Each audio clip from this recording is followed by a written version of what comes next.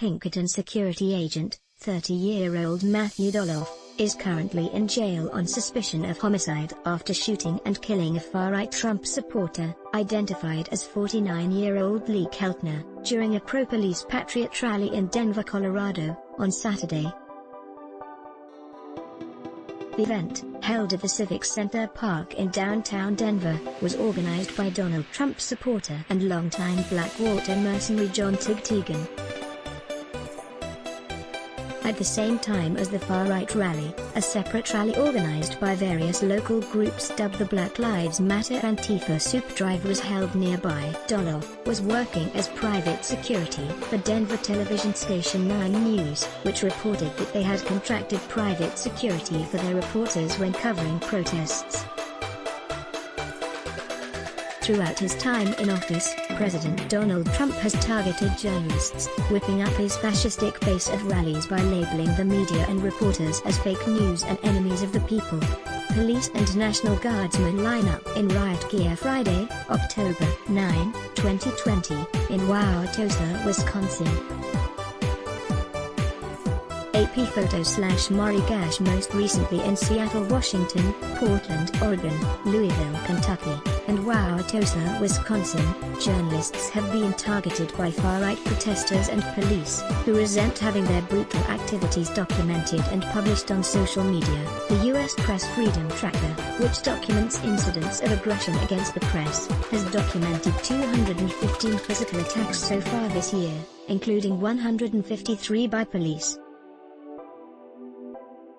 The killing of Keltner marks at least the 30th protester killed since initial nationwide protests against police violence began following the May 25 murder of George Floyd by police officers in Minneapolis, Minnesota. Keltner was the first person killed during a protest since August 29, when Patriot Prayer member Aaron J. Danielson was shot and killed in Portland, Oregon after getting into an altercation with protesters, one of whom was later identified as Michael Forrest Rhino.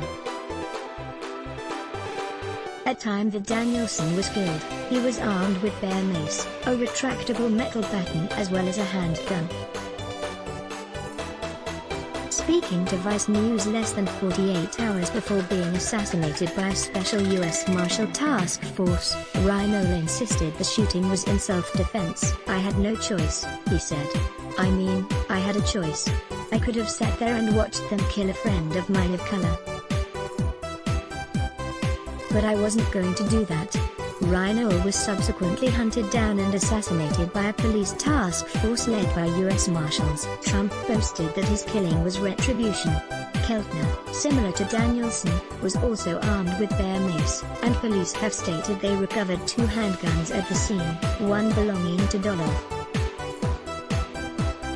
Prior to the shooting, freelance photographer Ben Kill on Twitter provided video evidence of Keltner threatening him earlier in the day for filming, tweeting, "The man shot and killed today in Denver. Tried to smash/steal my camera earlier in the evening for filming them." In a video recorded right before and as the shooting occurred, Keltner can be seen holding a can of bear mace in his hand as he and several others got into a verbal altercation with a single man wearing a Black Guns Matter shirt. Police have confirmed that they have recordings of the full incident as well but have yet to release them. Photos taken at the time of the shooting show Keltner striking Doloff in the face, knocking off his hat and sunglasses and then spraying him with a mace. Doloff responded by shooting him once in the chest. Keltner died within an hour of being shot. Doloff was employed by Pinkerton Security, one of the most notorious security agencies in U.S. history, with over 160 years' experience in suppressing, assaulting and beating workers on behalf of Capitol. Within minutes of the shooting, far-right media outlets and personalities, including Andy Ngo, Tim Pool and Dinesh D'Souza, tried to paint the killing as the latest example of BLM/Antifa violence. This prompted Joe Montoya, Division Chief of Investigations for the Denver Police Department, to unequivocally state during a Saturday press conference that the private security guard had no affiliation with Antifa.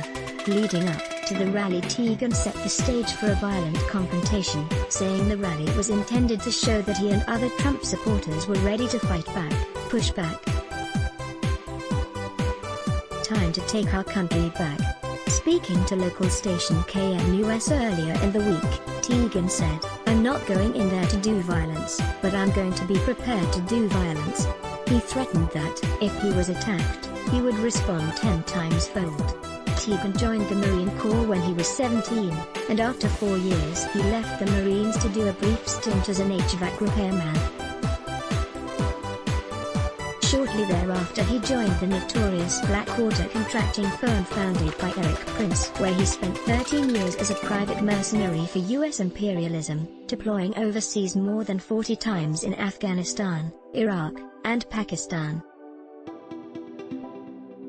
Teagan then left Blackwater to work for the Central Intelligence Agency's Global Response Staff, where he made his name in far-right conservative circles for his role during the seizure at the U.S. Embassy in Benghazi, Libya by U.S.-supplied terrorists affiliated with Al-Qaeda and ISIS. The ties between Teagan and the Trump administration are numerous. In addition to working for a quarter of his life for Prince, brother of current Secretary of Education Betsy DeVos, Teagan filed the requisite paperwork in November 2019 to get Trump on the ballot in Colorado.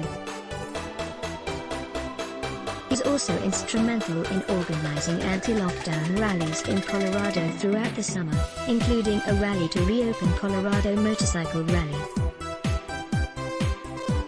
In a Facebook post promoting that rally, Teagan, wearing military fatigues and carrying an M4 assault rifle, wrote, "It's time to fight back, push back and take our fucking country back." His anger was in response to a restaurant, which had its license suspended for opening up during the statewide lockdown, which had guests packed inside without masks, reminiscent of threats against Democratic Michigan Governor Gretchen Whitmer, who was the target of a recently exposed fascist plot to kidnap and kill her. Teagan directed his ire at Democratic Colorado Governor Jared Polis, writing, "Let's stop the threats from our government. Let's stop the overreach of Polis and his unelected despots." Meanwhile, in Wauwatosa, Wisconsin, 28 people were arrested Friday night and an additional 8 on Saturday in ongoing protests following Wednesday's decision by Democratic Milwaukee County District Attorney John Chisholm that there would be no charges against Wauwatosa police officer Joseph Mensah, who shot and killed 17-year-old African-American youth Alvin Cole on February 2. Mensah, who is also black, has killed 3 people in the last 5 years. Police backed by National Guard soldiers deployed tear gas and impact munitions against protesters. Protesters, including the family of Cole, have been quickly set upon and arrested by police for violating curfew during the protests. However, the Milwaukee Journal-Sentinel reported that 5 vehicles full of heavily armed white men were allowed to patrol residential neighborhoods past 11:20 p.m., over 4 hours after curfew.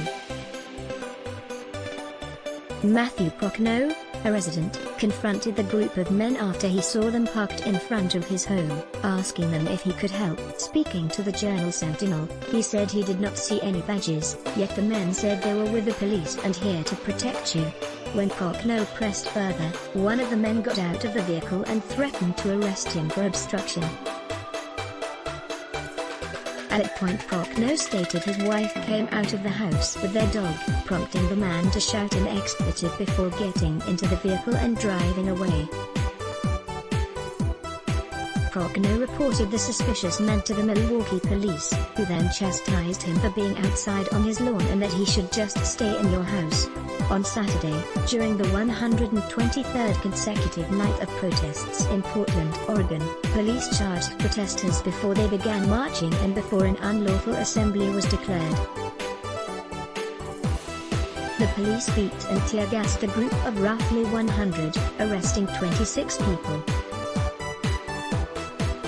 Most of those arrested were charged with interfering with peace officers and disorderly conduct, even though legal observers did not witness any crimes being committed. On Sunday, heavily armed Trump supporters menaced and threatened protesters for over an hour before leaving under the watchful protection of the Portland Police Department. related topics. Find out more about these topics. Let's block ads. Why? Show your love for him. Click the link in description. Thanks for watching.